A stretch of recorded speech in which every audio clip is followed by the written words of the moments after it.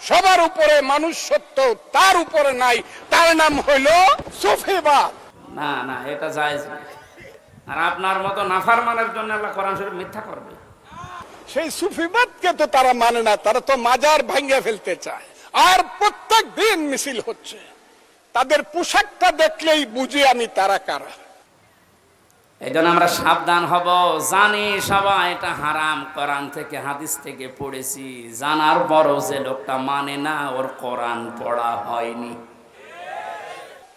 14 পুরুষ আগে তো এদেরই দেশ ছিল। এটা 1204 খ্রিস্টাব্দের আগে এইখানে হিন্দু এবং বৌদ্ধদের দেশ ছিল। আমরা তো এইখানে কিভাবে আসছি? আমরা আসছি হযরত খাজা মাইনুদ্দিন চিশতি রহমাতুল্লাহ আলাইহি, খাজা নিজামুদ্দিন বখতিয়ার খাকি, হযরত শাহজালাল, শাহপরান, গেসুতারাজ, ওই চট্টগ্রামের বাইজিদ বুস্তামি, ওই বাগেরহাটের খান জাহান আলী থেকে ধরে ওলিয়া উলিয়া গাউস কুতুব দরবেশেরাই তো এই দেশে বলছে আইছে, শোনো হে মানুষ ভাই, সবার উপরে মানুষ সত্য, তার উপরে নাই, তার নাম হইল সুফিবাদ। এটাতে আর কি মারা ক্লাস চলছে নাকি? এক ছাত্র এসে স্যারের কাছে বলছে, স্যার হয় ছুটি দেন নাই আমি গেলাম। ছুটি দেন নাই আমি গেলাম মানে?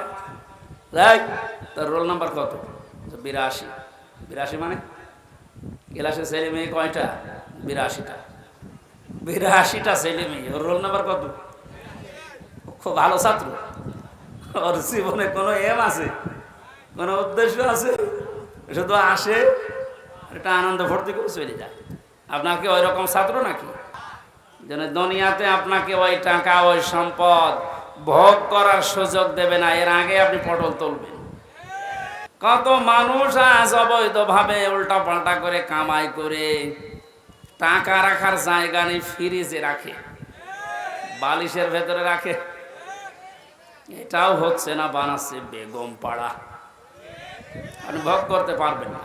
যদি এগুলো ভোগ করে যেতে পারে তাহলে কোরআন মিথ্যা হয়ে যাবে। আর আপনার মতো নাফরমানের জন্য আল্লাহ কোরআন শরীফ মিথ্যা করবে। যেন দুনিয়াতে আপনাকে অবৈধ ইনকামের মানুষকে আল্লাহ দৃষ্টান্ত করে রাখে, দুনিয়াতে তার মরণকে ইতিহাস বানিয়ে রাখে।